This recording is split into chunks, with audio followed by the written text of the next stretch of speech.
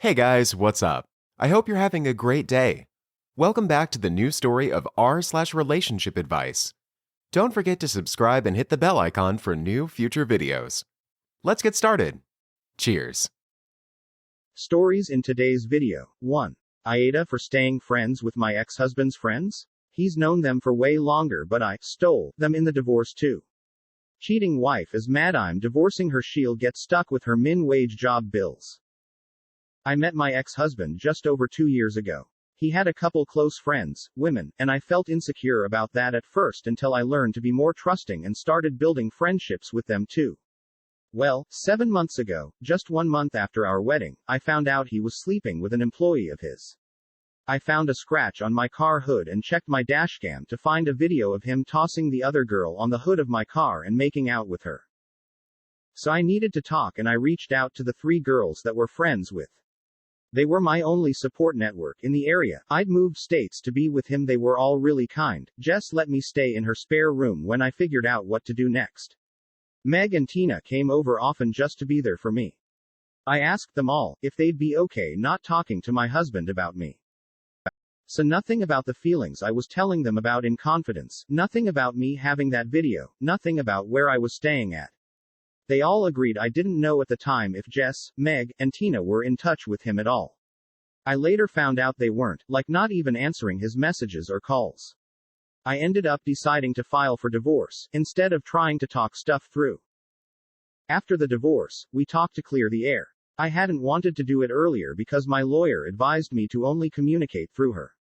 On one hand, he apologized for the affair and explained some things. Not enough to make me wish we stayed together, but it was still kind of meaningful. Anyway, the conversation went south after that. He started getting very angry I stole away his friends.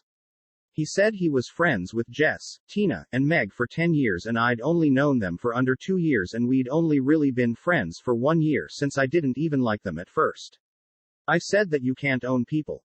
He called me vindictive, saying I was telling his friends they couldn't talk to him.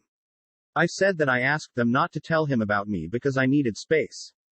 But that was it. He said I was full of sh*t. He knew I'd told them to keep it a secret I was staying with Jess, and I should have known that asking that of someone is asking them to take a side. I said I didn't see it that way, I just asked for something I needed at that moment, friendship, comfort, space to process, privacy, and they're grown women who decided to help me with that, out of their own choices. And that was their choices, not mine. He said I was being really manipulative, that I put them in a tough situation, making them choose. That by doing that, I was stealing them away. I feel like I didn't steal anyone still, I really just don't believe people can be stolen. Minus literal kidnapping lol, people go where they choose to.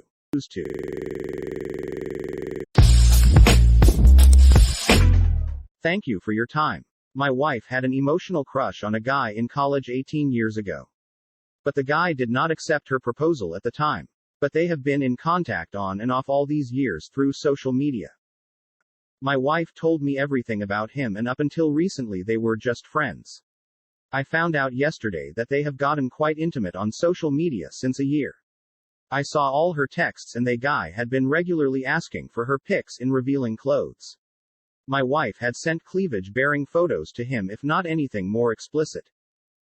My wife's into spirituality and the guy has been portraying himself as spiritual and that's where I think my wife is emotionally connected to him. At one point in the conversation, she told him, I am in tune with you. We are married mentally. Love you lots.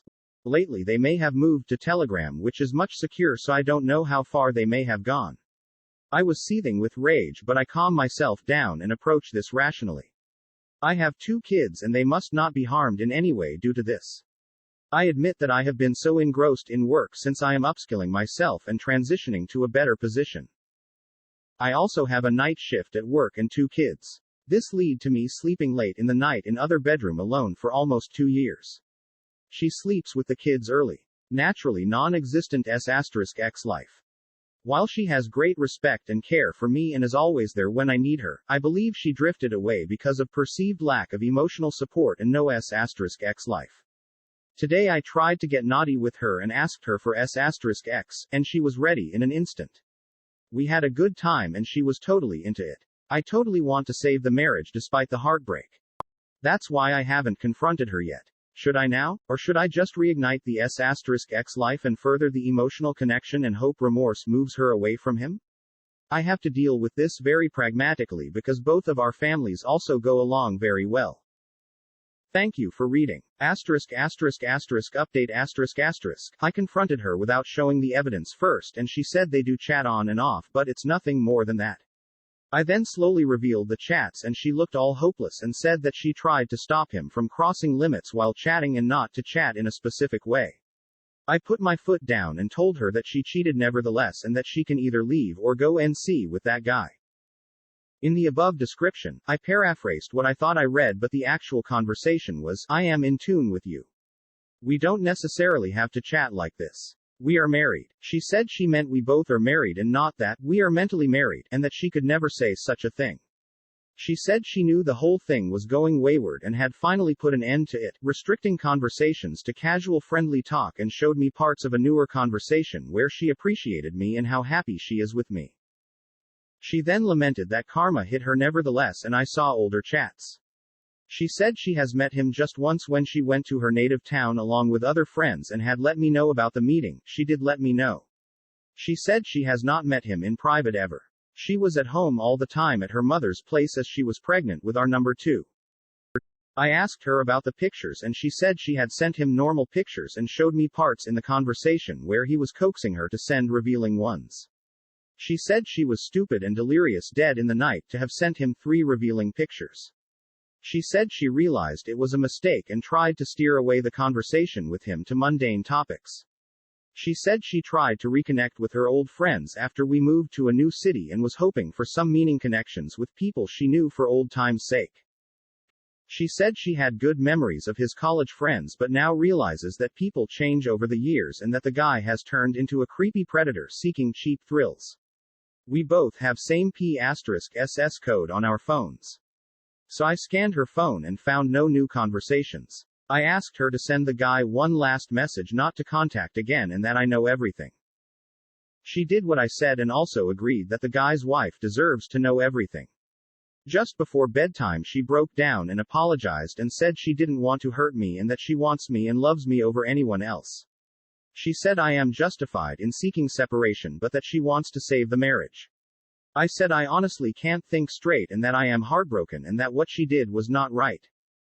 She cried herself to sleep.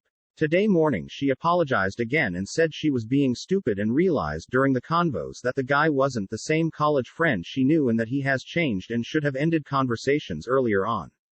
I said I want to trust her but right now I can't. Can't.